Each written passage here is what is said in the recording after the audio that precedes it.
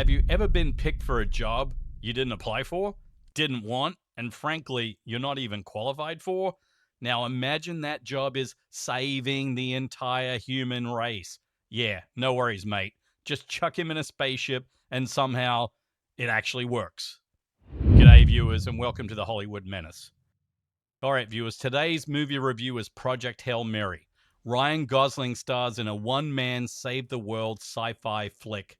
And I'll be honest, I went in expecting Hollywood to absolutely butcher this, because modern Hollywood loves to overstuff, over-message, and under-deliver. But Project Hail Mary? Surprisingly restrained. No preachy nonsense, no agenda hijacking the story. It's just character, stakes, survival. Imagine that.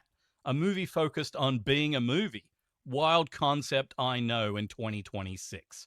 And instead of getting another bloated franchise piece, we get a proper, big budget, original sci-fi film. Not a sequel, not a prequel, not a remake, not a reimagining, not part of some cinematic checklist, just a good story.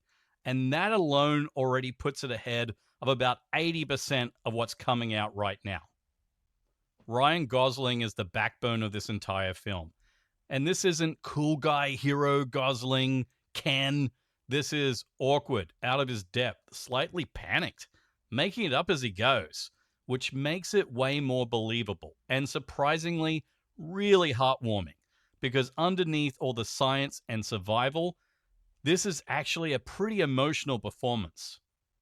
The film unfolds, though. Present-day survival on the ship and flashbacks revealing how he got there. And the reveals are handled really nicely. You're constantly piecing things together with him. Every time you think you understand the situation, new information drops. New context shifts everything. And it keeps the pacing tight. You're always leaning forward, not checking your phone. Okay, boys and girls, there's going to be some light spoilers here, so if you haven't watched the movie as yet, please pause here and then come back once you have. Because one of the more interesting choices in this film is Ryan Gosling's character, Grace. He isn't exactly the courageous hero we expect. He didn't step forward like, I'll save humanity. Nah, he was basically forced into the mission, abducted against his will, with zero astronaut training. Mate got abducted into heroism. And honestly, I like that. It adds a layer of fear, reluctance, realism, because let's be honest, most people wouldn't volunteer for this mission.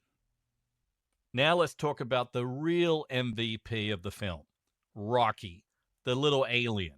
And this is where the film goes from good sci-fi to something actually special. There's no romance here. No wife back home, girlfriend to save, emotional checklist subplot. Instead, the emotional core of this film is the connection between Grace and Rocky. And it works. Rocky has personality, humor, intelligence, and their bond feels genuine. That relationship is what carries the emotional weight of the entire film. Part of the reason the movie works so well is the visuals. Rocky being a practical effect, not so much CGI.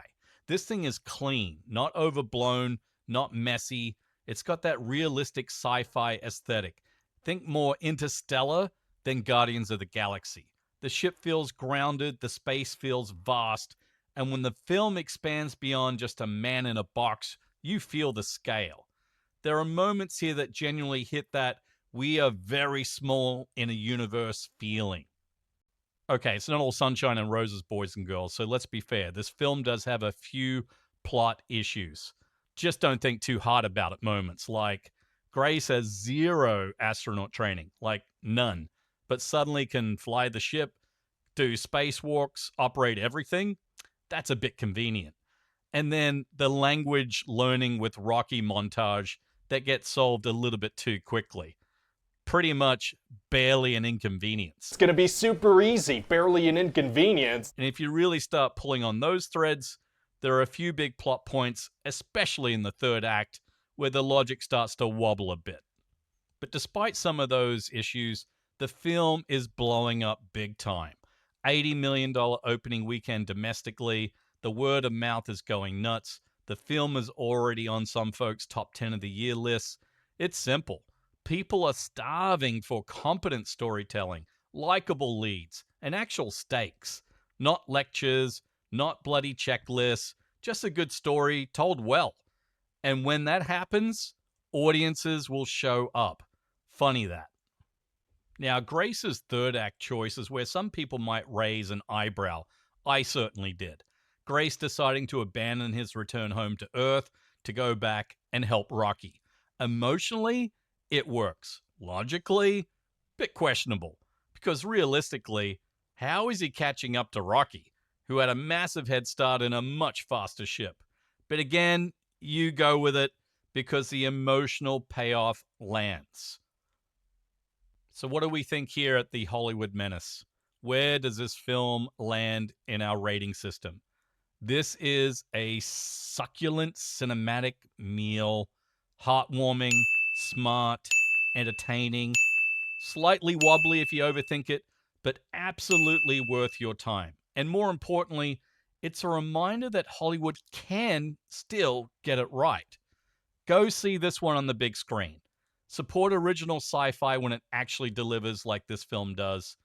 This has been the Hollywood Menace, serving up another succulent cinematic meal. Ta-ta, and farewell.